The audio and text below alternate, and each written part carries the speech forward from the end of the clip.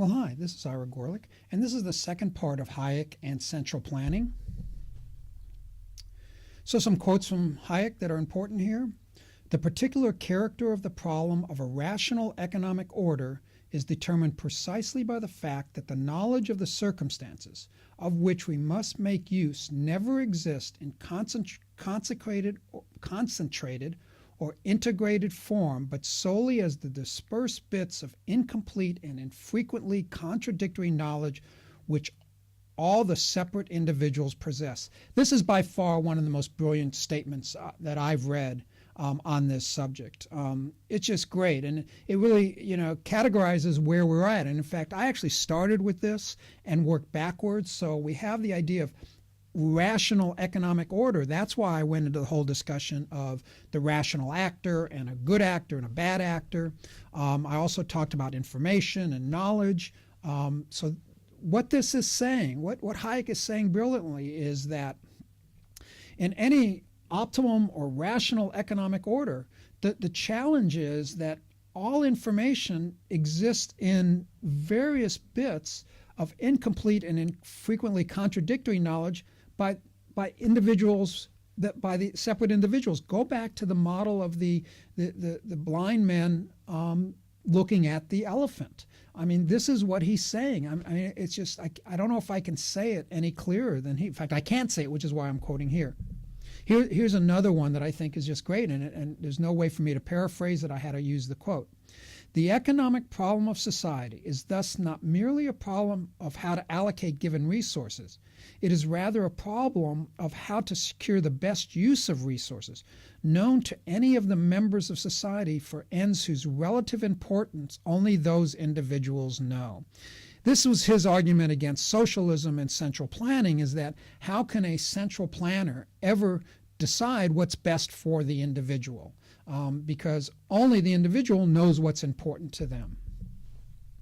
Or, to put it in my words, to put it briefly, it is a problem of the utilization of knowledge which is not given to anyone in its totality. Here's another quote from him that I like. All economic activity is in this sense planning, and in any society in which many people collaborate, this planning, whoever does it, will in some measure have to be based on knowledge which, in the first instance, is not given to the planner but to somebody else, which somehow will have to be conveyed to the planner. Again, this is Hayek saying socialism can't work if socialism depends on central planning, because the central planner can't know enough information. Another great quote of his: the various ways in which the knowledge on which people base their plans is communicated to them is the crucial problem for any theory explaining the economic process. And the problem of what is, and I'm putting this in red because it's the most important, the best way of utilizing knowledge initially dispersed among all the people is at least one of the main problems of economic policy, or of designing an efficient economic system. So we talk about what is the optimum role of the community in commerce, and we say, well, the challenge is, of course, in designing an optimum economic system is how do you coordinate all this information? So this is a whole paragraph from Hayek, and I'm going to go through each sentence in detail because it's important. This is not a dispute about whether planning is to be done or not. He's acknowledging that planning has to be done. It is, however, he says, a dispute as to whether planning is to be done centrally by one authority for the whole economic system or is divided amongst many individuals. And here he goes on to say that planning in the specific sense in which the term is used in the current controversy necessarily means central planning, direction of the whole economic system according to one unified plan. Competition, on the other hand, means decentralized planning by many separate persons. And this, what he's going to write next, is critical. The halfway house between the two, about which many people talk but few like when they see it, is the delegation of planning to organized industries, or, in other words, monopoly. So many free marketers take Hayek to mean if it's not central planning, it's individual planning. But Hayek isn't really saying that. Hayek is saying that, well, wait a minute. Besides central planning, you can have industry planning or monopolies plan. So let me continue on this thought. Hayek contributed to discussion by suggesting that central planning does not work because of how information works. And I went over information. I hope to spend a lot of time on studying information because this is critical. And I agree with Hayek absolutely. Central planning does not work because of how information works. But planning is not binary. It is a continuum. It is neither totally central planned nor totally individual planned. Rather, community decision-making falls between the two depending on the situation. Let me give you some examples. How you get to work is your decision. That's an individual decision of how you get to work, how fast you go to work, what roads you take. But the roads and public transportations were centrally planned. Your decision to take a public transportation is based on a community decision. It is your decision to take public transportation, but the roads and the public transportation were centrally planned.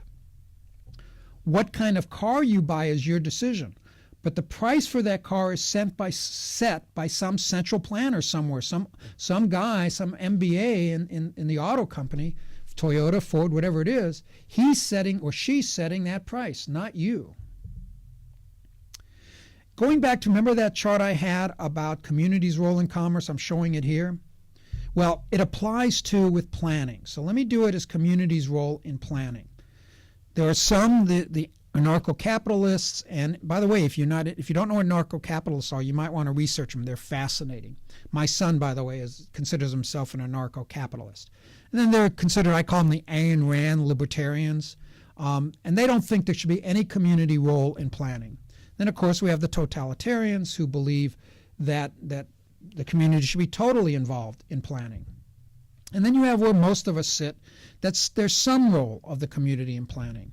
Now in economic issues, I've got conservatives and progressives here, where on economic issues, conservatives would say that there should be less community's role in planning than progressives might say. But on religious issues, it's the other way around. Conservatives want to see more role of the community in setting planning, like let's say marriage laws. Whereas progressives do not want that. They want less community's role in planning. So you see how it's a continuum based on your views, your religious views, your economic views. And again, where that's me, I'm all the way to the left. I am by far libertarian. I think the community's role in planning should be minimal. I do think the community should be setting certain rules in terms of speed limits and things like that. But of course, there should be a lot of leeway in how that happens. And anybody who's driven on the Autobahn in Germany with no speed limit might see where I would go with that. Also, when we look at different central planners, remember that in any particular situation, it varies. So as an individual, I make plans for myself. But then there's a family, and a family makes decisions for the family. There's a company. There's a city. There's a country. There's a church. There's industry standard bodies. You see how that it's not just, to go back to Hayek, it's not just individuals versus a central planner. We have all these different groups of people, communities that make decisions, and they use various forms of rigidity in their community, in their central planning. Hopefully that all makes sense. In my next lecture, I'm going to talk about architecture and innovation. So I'm getting off of central planning. This would be a great point to start a discussion as to where we feel this fits into net neutrality. Thank you.